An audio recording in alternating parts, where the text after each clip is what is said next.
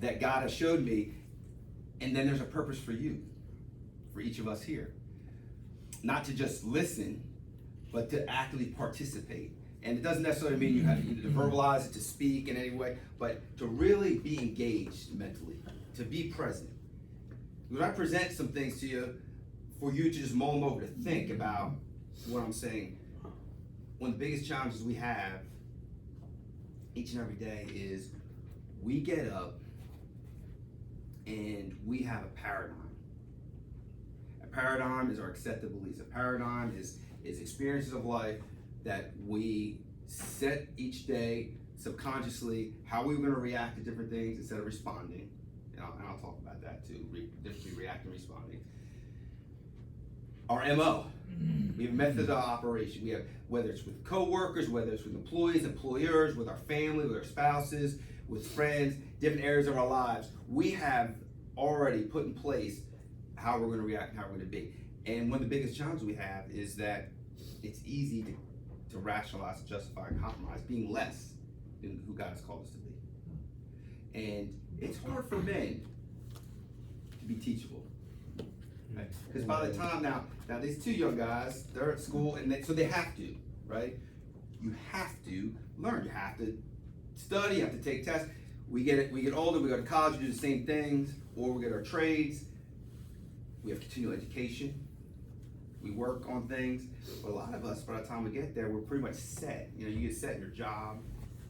You set in how you do things. And as men, we isolate very easily. And the frustrations that we have, the areas of our lives that we don't even know. There's areas in our lives that are good, and we can be satisfied there. And I realize that they can be better and they can be best. And as I said, we become reactionary in life. Things happen to us. I want you to participate. I want you to think, Russ was talking about men leading, is that you first have to lead self. In order to be a leader of other people, to be a leader, and a lot of times we talk about teams. Where I work with Fellowship of Christian Athletes. Everything's teams. Whether it's we're working with actual teams, or us as staff, us with our volunteers, us with character coaches, us with athletes. We talk about teams because it's teamwork. It's each person understanding that we're interdependent of one another. It's easy to be isolated, this is why I do things, and we go about it, but we have a paradigm. And I want to talk about shifting that paradigm, because the paradigm a lot has become of our external factors, our external circumstances. And God calls us to internally sow into our own lives. We should be training ourselves every day. We should be trained to lead, to get better in the areas of our lives, and most importantly with God and how He sees us. So that paradigm that we have can shift, that we would see and have a mindset that we realize we can continue to grow where we are. But the difficulty is, are you teachable? It's a posture. It's very easy to, as I said, when we no longer have to be teachable, we no longer have to pass tests, we can just glide along in our jobs and areas of life because things we're not rocking the boat too much, and we miss out on opportunities that we should be continually evolving. We should be continually growing. John 3:30 says, He must increase and I must decrease. It's a continual. Philippians 1:6 says that I am confident that He that who's begun a good work in you will complete it to the very end. But we have to be part of that. And so I want to compel you to participate right where you are. And if I would say, if there's some things here, I said tomorrow, please bring something to write down, because when I do implementation and a lot of different things I say, but things I write on the board and things you'll see here, I always do screenshots when I'm at our stuff, because I'm like, start writing it down. He goes, next thing, slide, whoa, go back. And I'm like, yeah, and then, and what the challenges are of taking what you've been given and applying. So being teachable. Now I can say that, but think about that. For you to be teachable, for you to allow someone to speak into your life on something that you don't have to do. If you didn't come here tonight or tomorrow morning and you kept living your life, the things, the status quo, the things you would not know. But when you allow yourself, when you put yourself in a position, when you make a choice, as you just did to come here, you made a choice because you are the most important aspect, the most important asset, the most important determination of you, who you are, and what you do and how you do it. Not everything else, not other people, we are. We are, first and foremost, the biggest sowers into our own lives. To lead ourselves, that we can lead others. Some of you lead organizations at work. You know, a few years ago, I spoke at in Wrightsville Beach at the Sun Spree, I think it's called. No, that's not it. The hotel at the very north end. And it was North Carolina. It was like a 3-day retreat, and I was asked to speak one day, and it was insurance. And well, I don't know anything about insurance anymore. Obviously, not as much as someone who works in the business. But my purpose wasn't to help them become better at their job directly. My purpose in teaching and challenging you is to help you be exposed to yourself and what you can see to grow, the things you can implement, the things that you can increase in your life that will decrease out things that are subpar, mediocre, and not needed in your life. And that will help you in your jobs, everywhere else you go. So being teachable. So I have this up here. I didn't know I was gonna start with this. I thought it was gonna be a blank screen, but I was first gonna say, and some of you might know, I don't know if you know basketball, obviously know who Michael Jordan is, but you know how Alex English is? Ever hear of Alex English? Adrian Dantley? I know you did, right? Those two were the leading scorers in the NBA before Michael Jordan started taking over. All right. Now, I say that too because, first and foremost, obviously we're in North Carolina, we're in this hometown of Michael Jordan. It so happens to be that. But one of the things here is, when I said, are you coachable, are you teachable? At that point, as you know, as a college athlete, he became the 2-time AP Player of the Year. Look where his eyes are. Dean Smith, he's teachable. And I talk to kids a lot, athletes, and I say, you hear with your ears, but you listen with your eyes. And the quicker that you can sow into your life, that action of giving your attention, your eyes to a coach, I mean, psychologically, it's proven that you will retain more. And you're also giving someone respect. And there's Michael Jordan, College Player of the Year. And there's Michael Jordan, Phil Jackson. Yeah, but he's teaching Phil Jackson. He's still giving his eyes. And he was with the best coach in the world. But yes, he was. Yes, he was. Now here's the thing about this right here. Michael Jordan, NBA Rookie of the Year. The Bulls weren't good. Next year he gets hurt and missed like the majority of the season. Comes back even better. But he was a score machine, right? He drove, he was relentless. But he could have just done that. He could have done like Alex English did and Adrian Dantley did, just be scorers. But he was teachable to learn defense, to become a better passer, a better rebounder. But most importantly, when the triangle offense, he had to buy into it. He had to make a decision. And so it's easy to think Michael Jordan didn't have to do that. He could have, he ran, well, I'm not gonna say he ran Phil Collins out, not Phil Collins, what his coach was, out before that.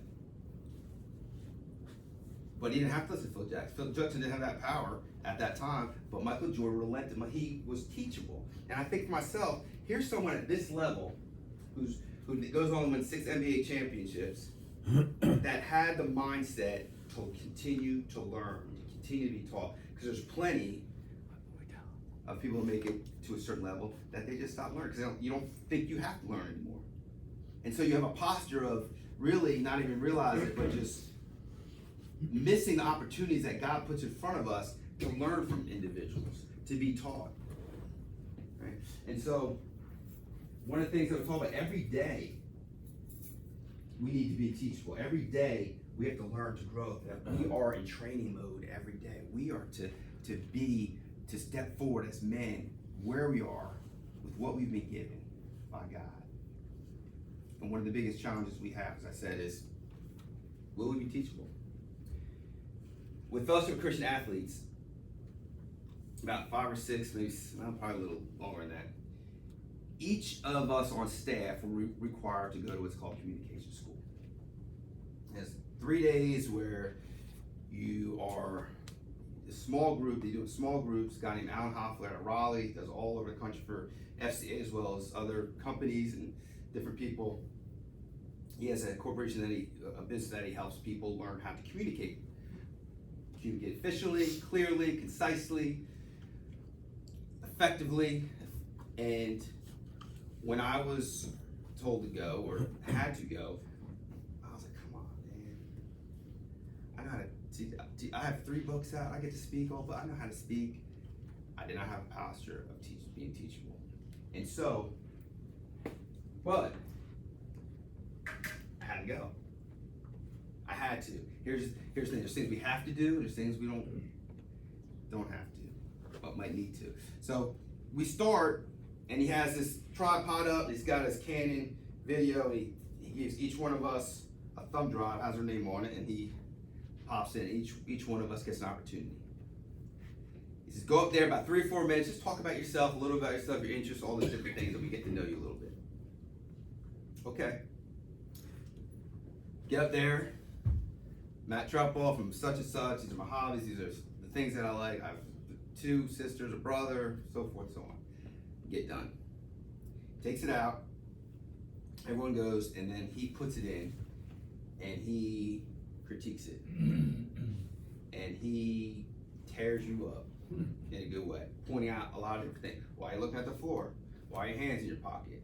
Why you keep having your hands like this? And there's all these different things that he was saying, and then he explained why they are not good for the audience to receive what you're speaking. And so there was techniques that we put in place, and for 3 days we would work on them. Different settings, up on stage in front of the group, one-on-one, like an interview type of thing, and we worked on them. And deliberate actions build habits. And at the end of 3 days, as we got to the end, he took our flash drives again, put it in, said, all right, obviously not verbatim, but pretty much, I want you to speak what you just spoke 2 days ago when we first came. Same thing. Your name, where you're from, all those different things. And we did it. I went up there, Matt Truppall, and so forth and so on. And we finished by watching. It was like night and day. And not that anyone ever came up to me that said, yeah, you were a really bad speaker. You were horrible, but now you're good. Right? Some things we don't realize that we have an ability to do well, but if we allow ourselves to be taught, we can do them better. And who's it for? It's for everyone else. I spoke about a month after that, or 2 months after that, I came out, Paul asked me, I preached here, and I had someone come up to me who knew me and said, just what I said, I'm not that you were bad before. It's like telling someone, or you say to a woman, you look really nice today. Not that you didn't look nice yesterday or the day before, and I'm just saying nice in a nice way. But that's what this person said that was how you said it, how it was delivered, it just seemed different. The biggest challenge to get to that point was this. When I left, and it was in Charlotte, and we have these techniques that we to work on.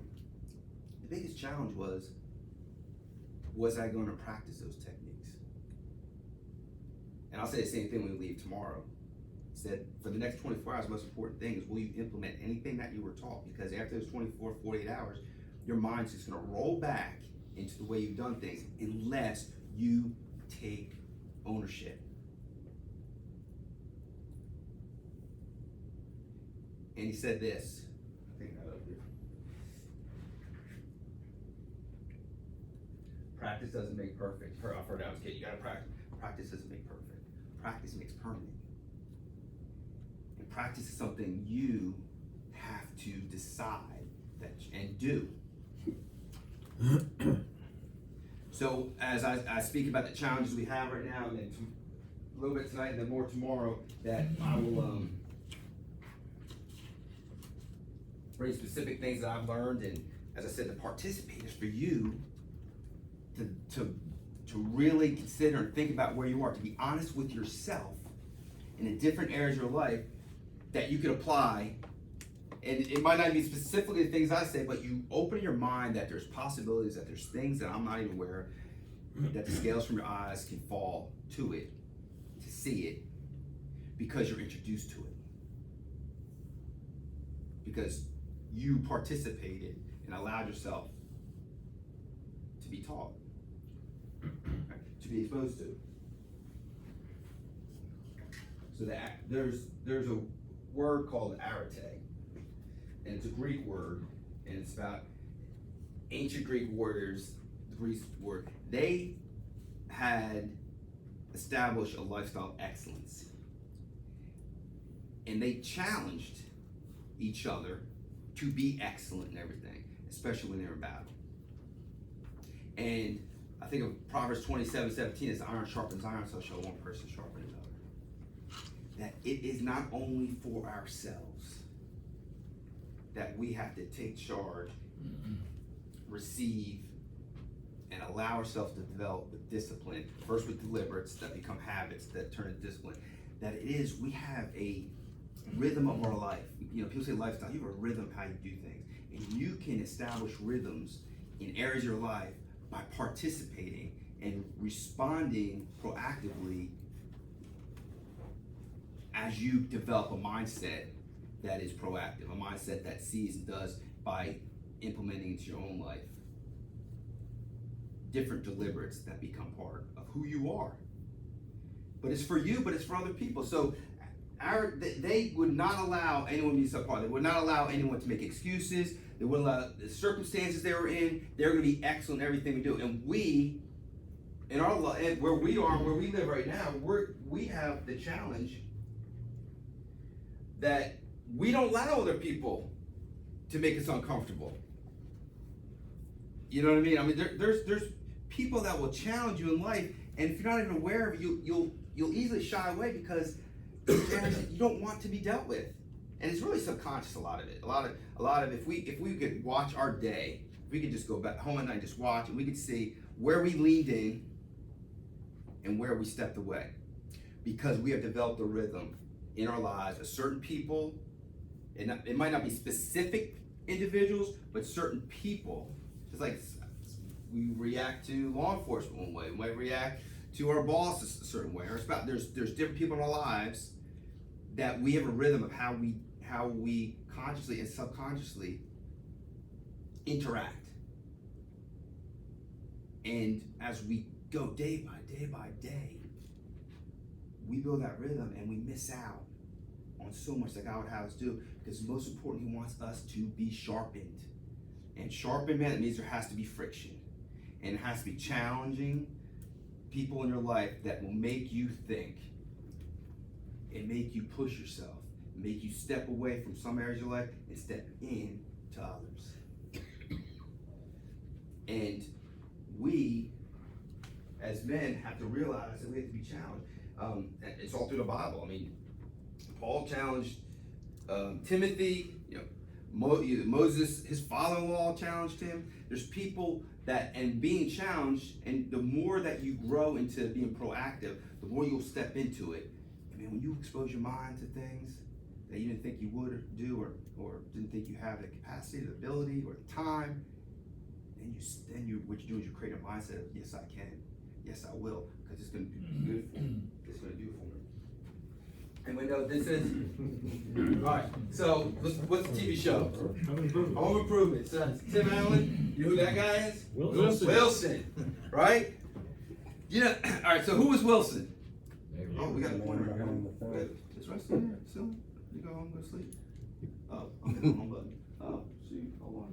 All right. So back here. There's like a highlighter pointer over here. Anyway, I don't have to highlight areas. Well, so who? You probably answered. I haven't paid attention. Who's Wilson? Neighbor. Okay, so what's the deal with the fence? see his face. You can't see his face. Why is that important or not important? It's all in the eyes. That's good. That is good. That's really good. Wilson was at 78% of the episodes. That's a lot for someone who stands behind a fence. You never seen him in Tim's house. You never seen him at the barbecues. You never see him pal around with Al. Was it Al, right? Tim, Al's sidekick, his wife, his kids. Now Tim was the life of the party, right? Man, he's funny, all that kind of stuff he did, and man, they loved it. Al, so he had his people, and that was the comedy of the show. But Wilson, being 78% of the episodes, was where Tim went to when he had sound advice, real life stuff. Why did he go to Wilson? Why did he go to Al? I mean, and his wife, she's smart. Why did he go to Wilson? He would speak truth. Respect him, that smart elder. What's that? He would speak truth. He would speak truth. Wilson did not care to hurt his feelings. He wasn't worried that he wasn't going to be invited to the next barbecue. Tim had fun, right? They were at his house. I'm sure Wilson sat on the other side of the fence all the time. They're having all the fun and partying and good times. Wilson didn't care. And here's the thing about sharpening yourself, that you can sharpen others.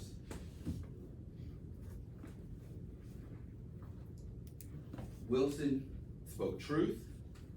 He didn't care if it hurt his feelings. But that man had wisdom. Because when you watch that show, in 78% of the episodes he's in, you see a man that experienced life and is willing to share and is able to share because he somewhere allowed other people to sow into his life, to the point where Wilson realized that all Tim needed was his ears to hear and his eyes to see him, so he could listen. And I guess his voice went over the fence. But because it wasn't important, that's the whole thing of Will Smith. It was not important that you saw him. Which on TV shows, you know, the clothes they wear, all those things are spent so much time with makeup and all that stuff. They didn't need that because he spoke truth. Got through all the garbage, all the stuff, all the fluff, and gave it right to him. Who challenges you? That's something, you know, and that's well, you don't have to say my name, but it's important. Do you have someone that challenges you? Do you have someone, man, gosh, all right, I gotta be on my game today. There's someone I need to speak. You have someone you make a phone call to that, man, you can share a burden, you can share a sin, you can share something with that. You know they'll listen and they will not speak unless there's something they have that will benefit you. Because we've got plenty of people that just talk, right? And come on, say, hey, it's all right, it's all right. And we do need people like that. But man, we need Wilsons in our life. Do you have a Wilson? And I'll tell you what, if you don't, pray, and God will give you one. And I think more than anything is that God will open your eyes to someone who's already right there. Because when I talk about rhythm, about leaning in and walking away and getting away from some people because you feel uncomfortable, because they're challenging you. Right? They challenge you. And we don't like to be challenged unless we put ourselves in position every day that we want to be challenged. That we want that discipline. There's a story about this young kid wanted to play football so bad. And he was told, what I want you to do, every day when you get up, man, you got to work out or you're going to run. This is besides any of the work that you do with the team. And you gotta hustle, you gotta do it. And he was determined, man. He set his alarm, and he set it at 5 o'clock. He's like, I'm getting up. Now I'm gonna get up, got to park across the street, I'm gonna just start doing sprints.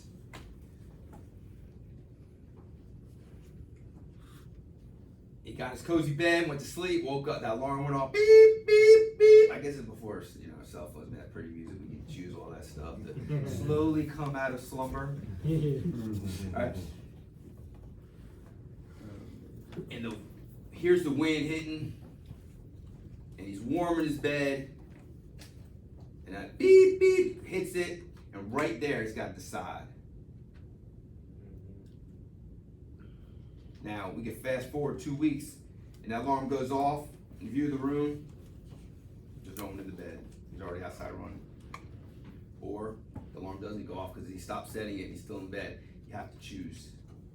But I'll tell you what, when you see with discipline that you implement yourself in your own life, you won't have to run. You won't run from discipline. You will chase after it because it will make a difference in your life. You'll have a paradigm shift. Your accepted beliefs of who you are and what you'll do and how you'll do it, your paradigm will shift into that you will seek it, but it is a development. Small disciplines exercise on a daily basis creates excellence. I'll say that tonight some more, probably tomorrow morning. Small disciplines exercise on a daily basis creates excellence. It's you doing, I would say, and I might probably get ahead of myself here. A lot of times you decide something, but it's doing it is where it starts going. Right? So having people in our lives, we also are challenged to live. We are living in a mediocre, celebrated world, right? that we justify, rationalize, and compromise being less than God has called us to be.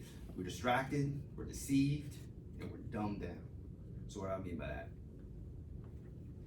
Super Bowl, all right? The biggest watched event in our country, right?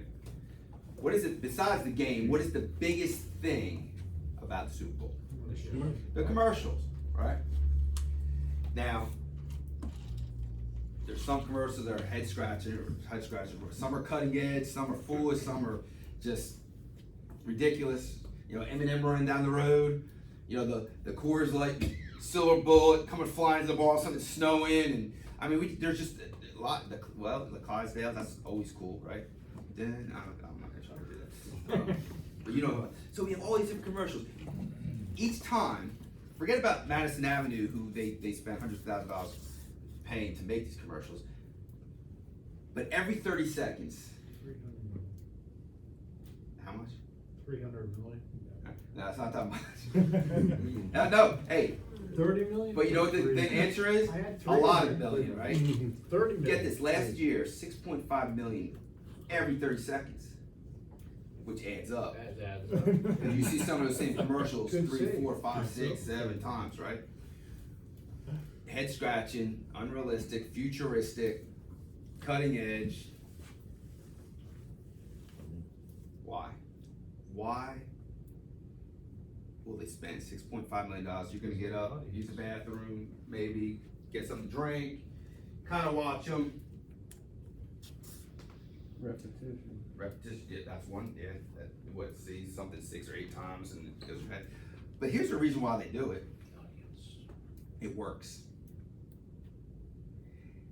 Those companies have collectively spent billions of dollars